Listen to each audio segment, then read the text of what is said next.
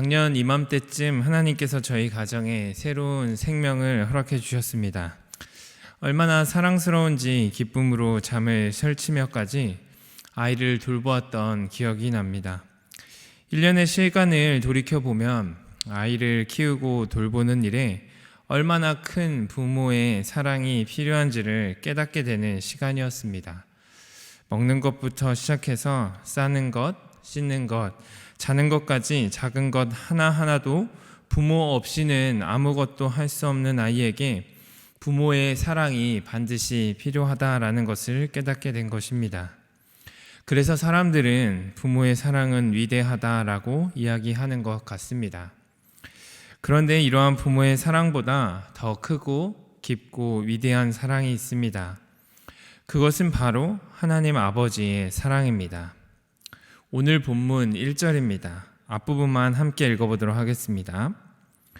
보라, 아버지께서 어떠한 사랑을 우리에게 베푸사 하나님의 자녀라 일컬음을 받게 하셨는가. 여기서 아버지가 바로 하나님이십니다.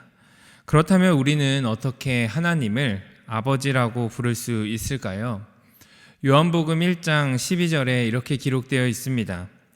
영접하는 자, 곧 그 이름을 믿는 자들에게는 하나님의 자녀가 되는 권세를 주셨으니, 하나님께서는 예수 그리스도의 이름을 믿는 자들에게 하나님의 자녀가 되는 권세를 주시겠다라고 약속하셨습니다.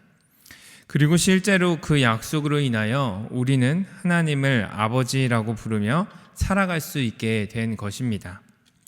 그렇다면 하나님 아버지께서는 우리에게 어떠한 사랑을 베풀어 주셨을까요? 하나님 편에서 우리는 모두가 죄를 짓고 살아가는 원수와 같은 자들이었습니다. 그런데 하나님께서는 그런 우리를 위해 그의 독생자이신 예수 그리스도를 이 땅 가운데 보내주셨고, 그 아들을 십자가에 내어주셔서 우리의 죄를 대신하여 죽게 하심으로 우리를 자녀 삼아 주셨습니다. 그렇게 할 수 있었던 이유는 바로 하나님께서 우리를 사랑하셨기 때문입니다. 로마서 5장 8절 말씀입니다. 우리가 아직 죄인 되었을 때에 그리스도께서 우리를 위하여 죽으심으로 하나님께서 우리에 대한 자기의 사랑을 확증하셨느니라. 아멘. 하나님께서는 자기의 사랑을 확증하시며 그의 아들을 우리 가운데 보내주셔서 우리를 자녀 삼으신 것입니다. 또한 우리를 사생자처럼 버려두지 않으시고 그분의 무한한 사랑으로 돌보아 주시고 가장 선한 길로 인도해 주시는 분이 바로 우리가 믿는 하나님 아버지이십니다. 이러한 놀라운 사랑을 받은 자를 바로 하나님의 자녀라고 하며, 그러한 자가 바로 저와 여러분인 것입니다. 그렇다면 하나님의 자녀는 어떻게 살아가야 할까요? 오늘 본문을 통해 함께 살펴보도록 하겠습니다. 첫 번째로 하나님의 자녀는 자신을 죄에서부터 깨끗하게 하며 살아가야 합니다. 3절 말씀을 함께 읽어보도록 하겠습니다.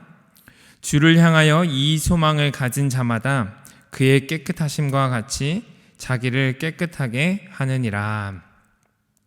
여기서 이 소망이라고 하는 것은 우리가 계속해서 하나님의 자녀로 살아가는 것을 의미합니다. 즉 하나님의 자녀로 살아가는 것을 소망하는 자는 하나님께서 거룩하신 것과 같이 죄에서 깨끗하게 살아가야 한다라는 것입니다. 그런데 그 일은 우리의 힘으로만은 되지 않습니다. 요한일서 1장 9절 말씀입니다. 만일 우리가 우리 죄를 자백하면 그는 미쁘시고 의로우사 우리 죄를 사하시며 우리를 모든 불의에서 깨끗하게 하실 것이요. 우리는 하나님의 자녀로 더 이상 죄 가운데 빠져 살아갈 수 있는 사람들이 아닙니다. 빛의 자녀이기 때문입니다. 그렇기 때문에 죄의 유혹이 다가올 때마다 우리는 마음을 지켜나가야 합니다. 7절 말씀입니다. 자녀들아, 아무도 너희를 미혹하지 못하게 하라. 의를 행하는 자는 그의 의로우심과 같이 의롭고. 나중에 회개하면 되지라는 마음이 아니라 하나님의 자녀로 살아가면서 우리를 유혹하고 미혹하는 것들로부터 마음을 지켜나가는 것이 필요하다라는 것입니다.